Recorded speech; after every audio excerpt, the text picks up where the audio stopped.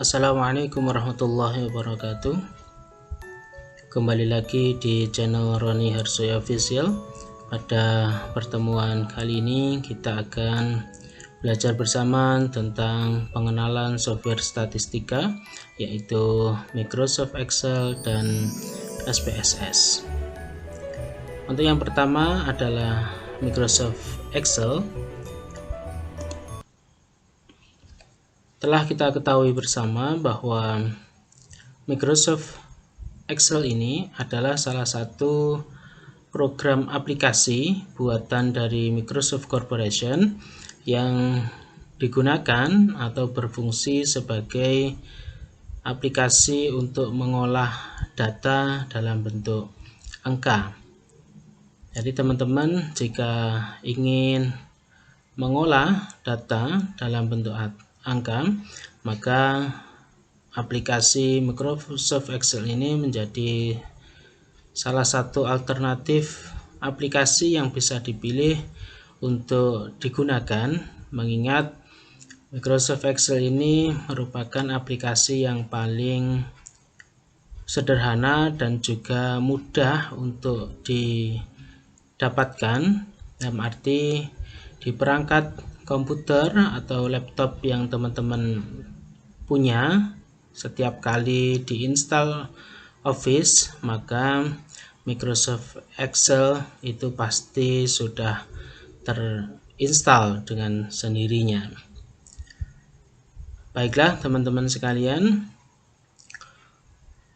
untuk Microsoft Excel ini banyak menu yang bisa kita gunakan untuk melakukan pengolahan data dalam bentuk angka. Di sini sudah ada beberapa menu, mulai dari home, kemudian insert, kemudian ada page layout, kemudian ada formulas, kemudian data, dan review, dan juga view. Nah, untuk melakukan pengolahan data itu ada beberapa menu yang bisa kita gunakan. Misalkan dari menu insert, nah ini teman-teman bisa melakukan penyajian data dalam bentuk tabel atau juga dalam bentuk diagram. Ada diagram batang, kemudian diagram lingkaran, atau dalam bentuk grafik. Nah, ini bisa teman-teman gunakan untuk penyajian data dan akan kita pelajari pada pertemuan berikutnya. Kemudian ada menu formula. Nah, di sini juga teman-teman bisa menggunakan berbagai formula yang ada dalam menu ini untuk mengolah data teman-teman. Misalkan untuk mengetahui jumlah, rata-rata, dan nilai maksimal, nilai minimal, maka bisa digunakan formula yang ada di tool AutoSum. Kemudian ada finansial, kemudian ada logika, kemudian text, ada date and time, kemudian ada lookup and reference, kemudian math and track, kemudian ada juga more function. Di sini ada statistical, ada engineering, sampai dengan web. Nah, semua formula ini bisa teman-teman gunakan untuk melakukan pengolahan data dalam bentuk angka tadi. Sebenarnya untuk uji statistik itu bisa dilakukan dengan menggunakan formula ini. Akan tapi untuk uji statistik lanjutan itu ada menu tersendiri, ada tool sendiri untuk melakukan uji statistik. Nah, kita klik di data teman-teman. Nah, di pojok kanan ini ada data analysis. Nah, inilah tools yang digunakan untuk melakukan uji statistik lanjutan. Nah, untuk menampilkan data analisis ini ada beberapa langkah yang harus teman-teman lakukan dan bisa diikuti ya langkahnya. Nah, kita klik menu file, kemudian klik option.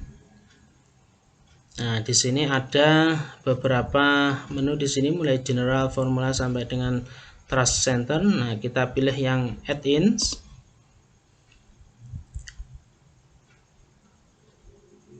Nah, kemudian muncul analysis tool pack. Nah, ini diklik analysis tool pack, kemudian go. Nah, di sini ada beberapa pilihan, ada analysis toolpack, ada analysis toolpack VBA sampai solver add-in.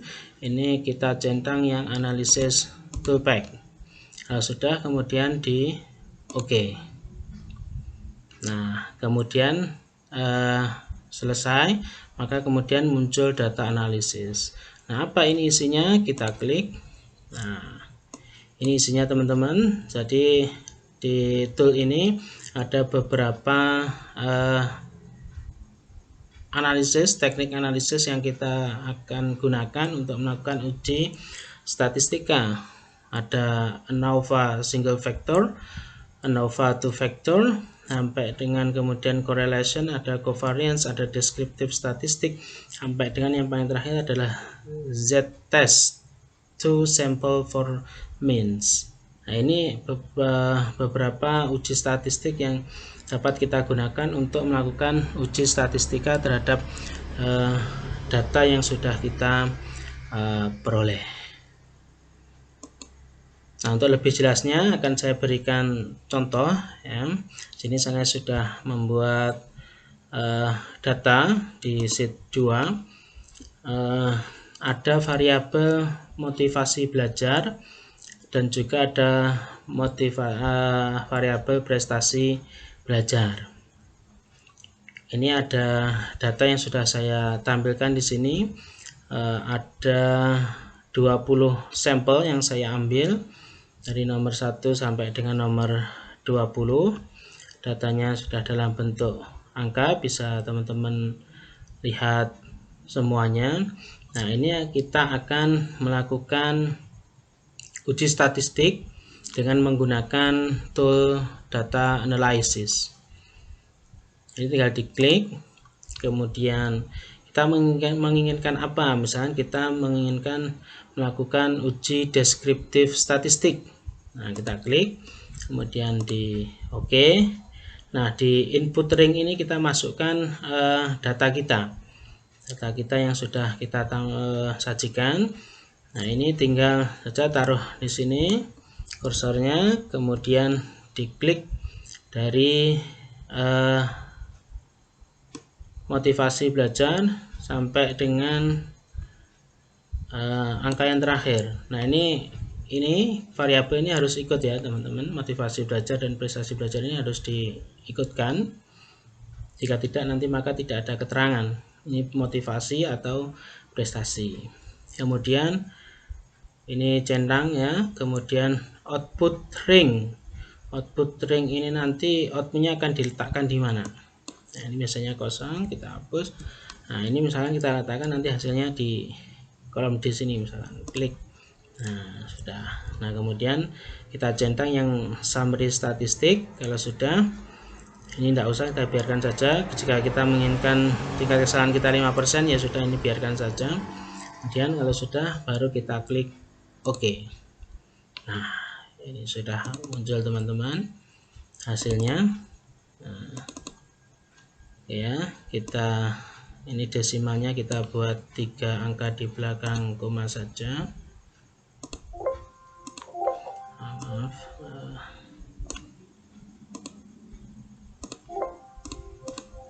Ya, ini 3 angka di belakang koma.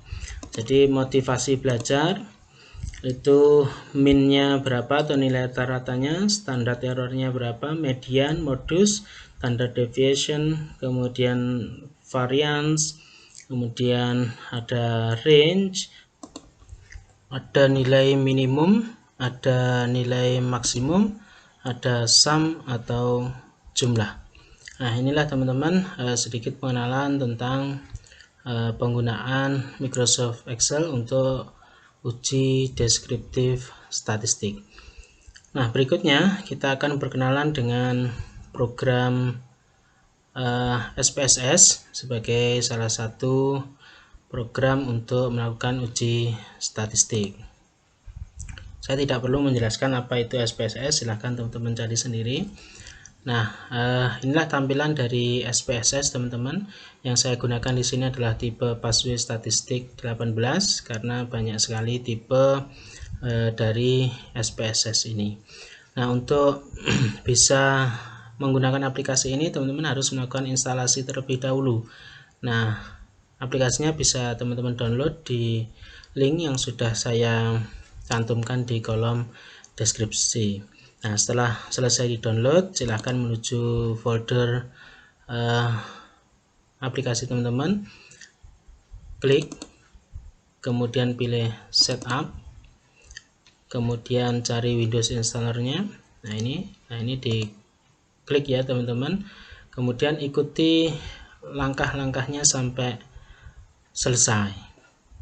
Kalau sudah selesai, nanti teman-teman jangan terburu-buru untuk membuka aplikasi ini karena nanti belum bisa digunakan secara maksimal karena ada beberapa tool yang belum aktif, maka harus diaktifkan terlebih dahulu. Nah, untuk itu lakukan langkah berikutnya, yaitu kembali ke folder dari aplikasi tadi, kemudian pilih yang IKX.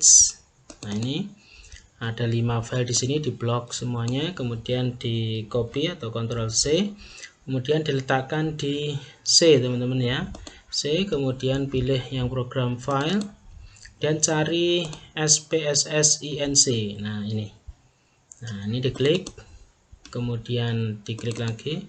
Nah, dikopikan di sini teman-teman, tinggal Ctrl V saja. Nah, kalau sudah ada perintah ini, tinggal replace the file in destination.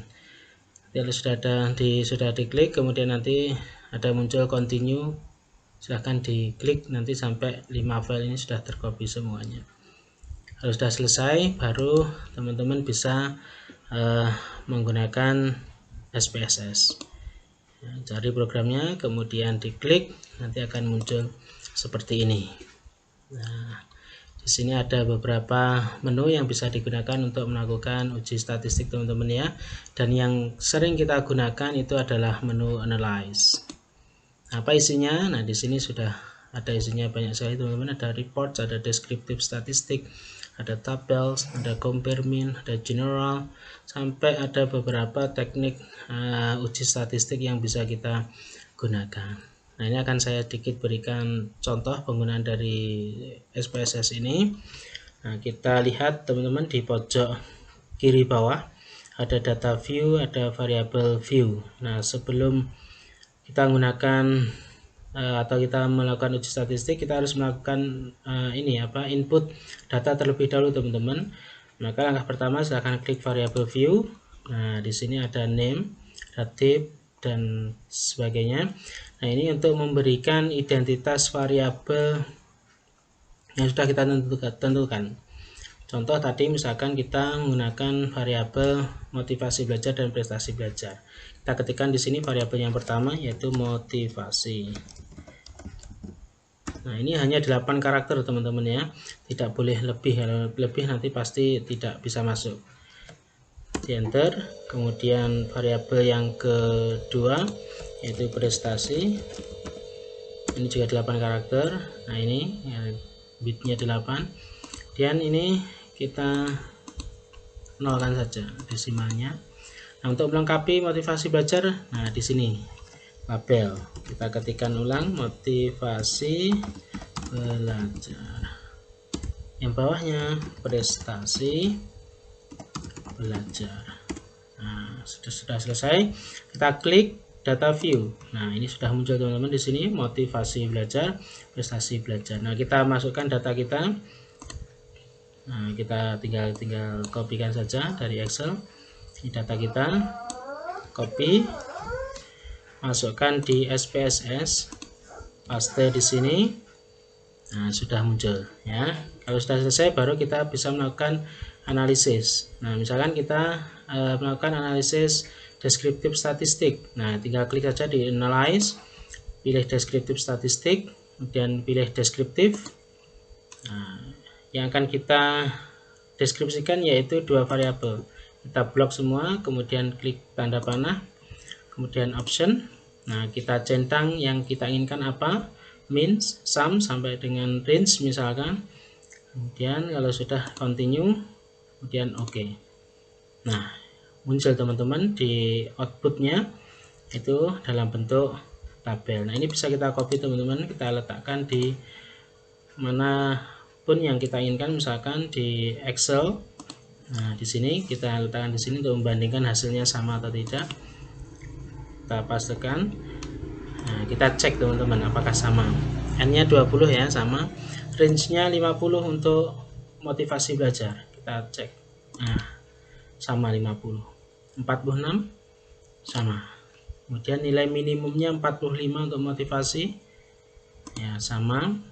52 untuk prestasi sama, maksimumnya 95 sama ya, kemudian prestasi 98 sama, sumnya 1458 sama, 1572 untuk prestasi juga sama, minnya 7290 sama juga, untuk prestasi 78,60, tanda deviation 14175 sama, 12947 juga sama, 20937 untuk standar variance sama, kemudian 167621 untuk prestasi belajar.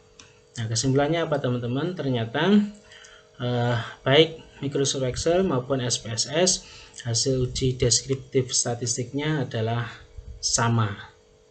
Maka dari itu nanti teman-teman bisa memilih menggunakan Microsoft Excel atau menggunakan SPSS. Demikian, semoga bermanfaat. Wassalamualaikum warahmatullahi wabarakatuh.